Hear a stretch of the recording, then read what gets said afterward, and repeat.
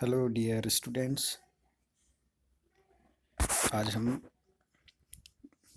बात करेंगे stress strain diagram की।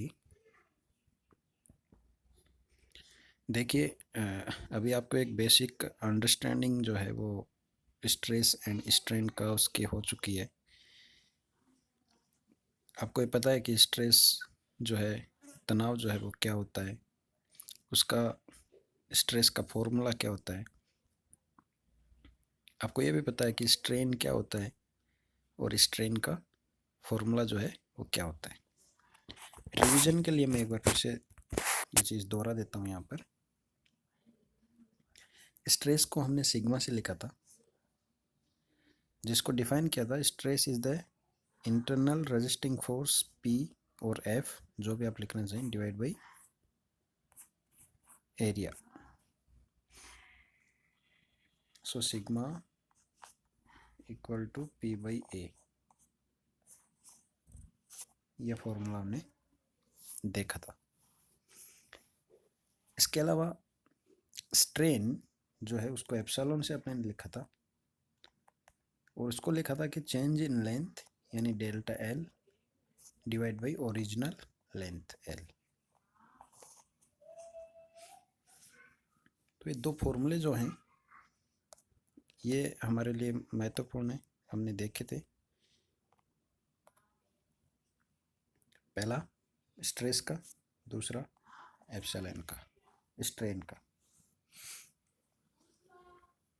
दोनों में ही जो इम्पोर्टेंट चीज़ जो है वो मैंने आपको बताई थी कि stress force divide by area होता है, और स्ट्रेन जो है चेंज इन लेंथ, यानी ये वाला फोर्स, ये पी फोर्स लगाने से जो मेंबर है आपका उसकी लेंथ में कितना चेंज आया, वो उसमें हमको भाग लगाना है ओरिजिनल लेंथ का। ठीक है, तो यहाँ से हम इसको आगे शुरू करते हैं। तो स्ट्रेस और स्ट्रेन के बीच में हम डायग्राम जब बनाएंगे तो ये एक एक्सपेरिमेंटल बेस्ड होता है। एक एक्सपेरिमेंट हम करते हैं एक मशीन पे जिसका नाम है यूनिवर्सल टेस्टिंग मशीन। ये जो आपको मशीन दिख रही है, इस स्पेसिमेन का, इस मशीन का जो नाम है वो है यूनिवर्सल टेस्टिंग मशीन। इसमें हम क्या करते हैं, एक अपना एक जो मेंबर जो है वो लेते हैं।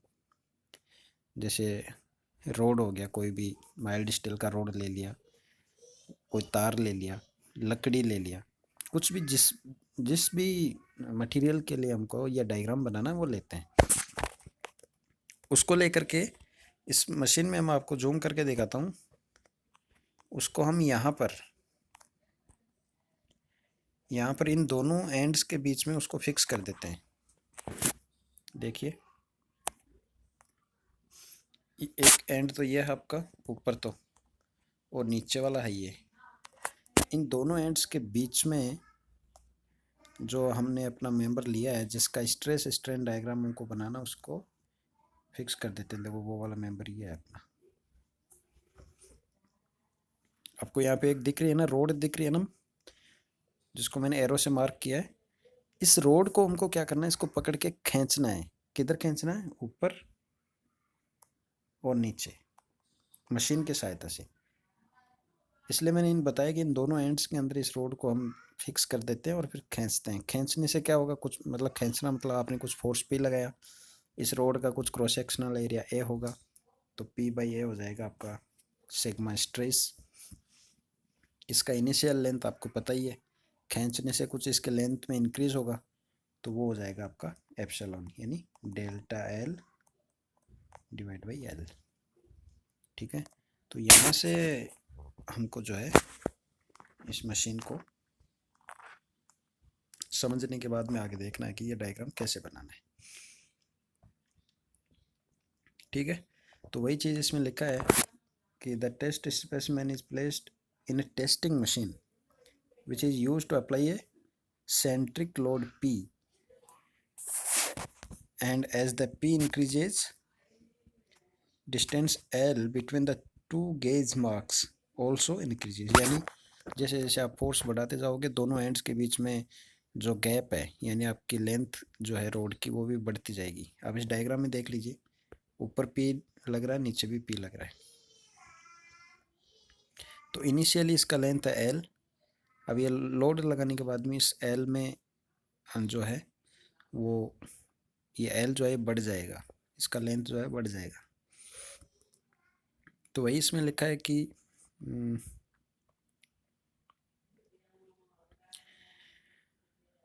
The distance L is measured with the dial gauge. Dial gauge की मदद से उसको पहले मेजर कर लेते हैं। एंड द इलोंगेशन, जिसको मैं डेल्टा एल लिख रहा हूँ, वो होगा एल माइनस एल नोट, यानी फाइनल लेंथ एल। शुरू में आपने कितना लिया था वो एल नोट, वो डेल्टा एल यहाँ से हम कैलकुलेट कर लेंगे। तो शुरू में लेंथ कितनी थी, एल नोट। खींचने के बाद में लेंथ कितनी हो गई, एल। सो डेल्टा एल कितना हो गया, वो हो गया आपका एल नोट माइनस एल। ये फॉर्मूला जो है ये हो गया। ठीक है। अब इसमें आगे है कि stress strain diagram of various materials very widely, मतलब ये चेंज करता है डायग्राम जो है ना, ये बहुत इंपॉर्टेंट लाइन इन्होंने यहाँ पे लिखी है। ये जो लाइन है, स्ट्रेस स्ट्रेन डायग्राम एग्जाम में बहुत बार पूछा जाता है कि कैसा दिखता है, लेकिन आपको याद रखना है कि किसका, किस मटेरियल का। कैसा दिखता है ठीक है, लेकिन किस मटेरियल के लिए, क्योंकि माइल्ड स्टील के लिए अलग दिखता है, एल्यूमिनियम के लिए अलग दिखता है, लकड़ी के लिए अलग दिखता है, कंक्रीट होता है उसके लिए अलग दिखता है। तो आपको ये हमेशा याद रखना है कि भाई किसका पूछ रहा है, वो उसी हिसाब से जवाब देना है। And different tensile test sets conducted on the same material may yield different result depending upon the temperature of the specimen। देखिए टेम्परेचर कितना है स्पेसिमेन का, जो आपने आयरन रोड लिया है उसका टेम्परेचर कितना है वो भी डिपेंड करता है, और लोड कितनी तेजी से आप बढ़ा रहे हैं वो भी डिपेंड करता है। तो ये चीज़ें ध्यान में रखने की है। Ductile material which comprises steel structure as well as many alloys of the other metals are characterized by their ability to yield or normal at normal temperatures। Ductile material yielding हो सकते हैं, कहने का मतलब ये है। ये जो डक्टाइल मटेरियल मैंने आपको बताया था, डक्टाइल मटेरियल कौन से होते हैं, तो डक्टाइल मटेरियल्स में क्या होती है, यील्डिंग होती है। ठीक है। और ब्रिटल मटेरियल्स जो है उनमें फ्रैक्चर होता है। ये चीज़ मैंने आपको बताया था, जो मटेरियल यील्ड करते हैं वो डक्टाइल हैं, यानी जो खिंच जाते हैं आसानी से वो डक्टाइल हैं, जो नहीं खिंचते जो टूट जाते हैं वो ब्रिटल है। तो इसमें अभी मैं आपको डायग्राम दिखाता हूँ वो कैसे दिखते हैं। देखिए ये दोनों डायग्राम है। तो पहले वाला जो है लो कार्बन स्टील के लिए है।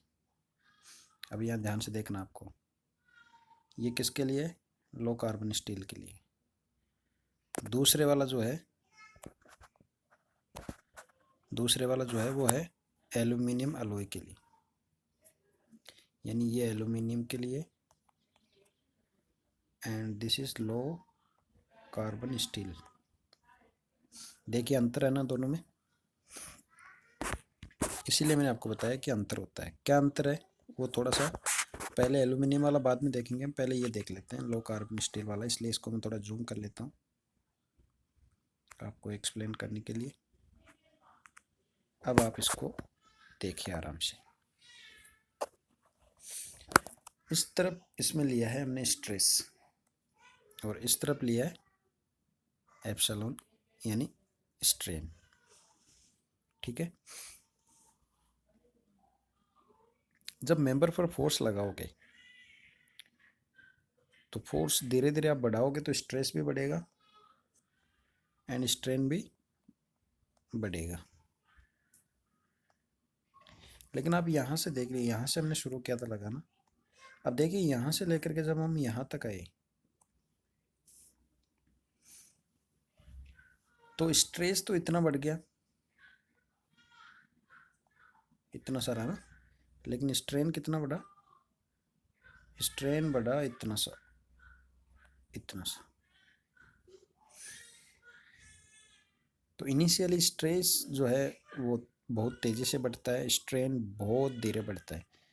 कहने का मतलब फोर्स जैसे जैसे आप बढ़ा रहे हैं तो स्ट्रेस तो बढ़ेगा ही, लेकिन गारंटी नहीं है कि लेंथ में इंक्रीज भी उतना ही बढ़े।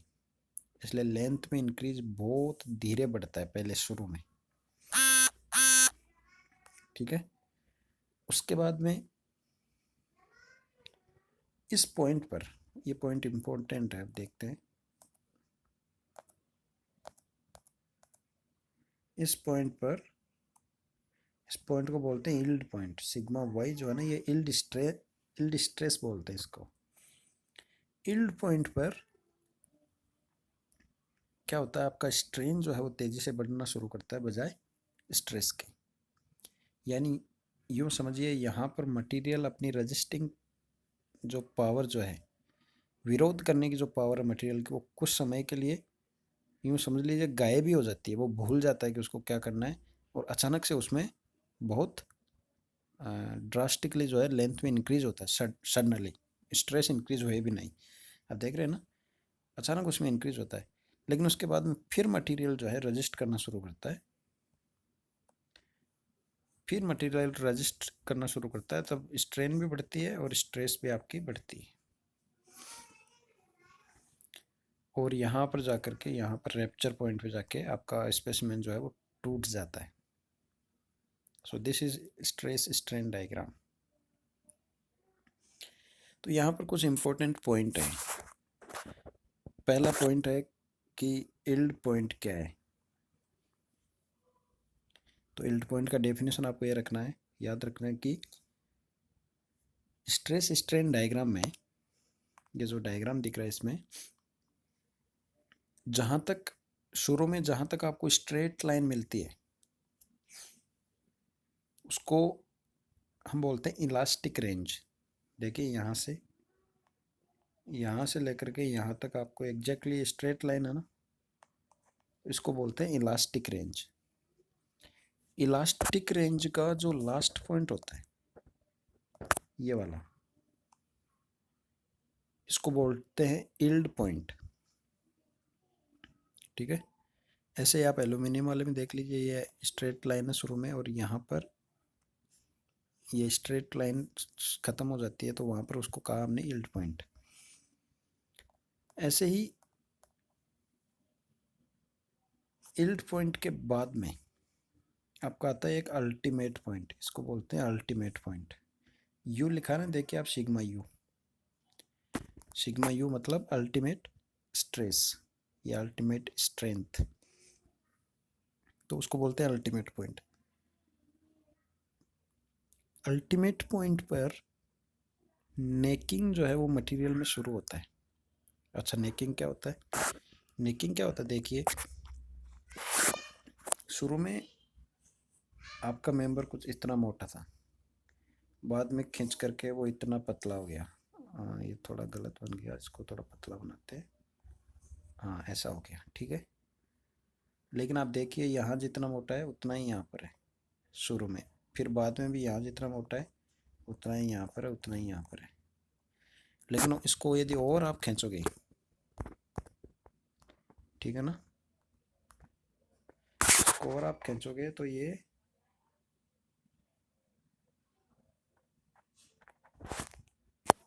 बीच में से कहीं से बहुत पतला होना शुरू हो जाता है। यहाँ से आप देखिए, यहाँ जितना मोटा है उतना ही यहाँ पर है, लेकिन यहाँ पर बहुत कम मोटा है, यानी यहाँ से पतला होना शुरू हो जाता है।